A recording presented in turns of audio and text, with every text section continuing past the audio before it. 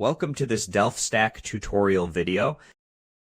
In today's tutorial, we will learn how to fix error code 403 in Roblox. This error is usually caused by corrupted cookies, cached site data, or broken Roblox files. First, open your web browser, click on the three dots at the top left, and go to Settings once it loads. Go to Privacy and Security, scroll down to find third-party cookies, and click on it.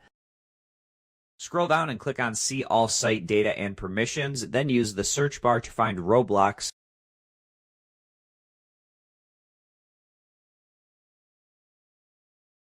You will see roblox.com. Go ahead and delete it. Click Delete when prompted, then press Windows plus R on your keyboard to open the Run dialog. In the Run dialog, type %localappdata% and click OK.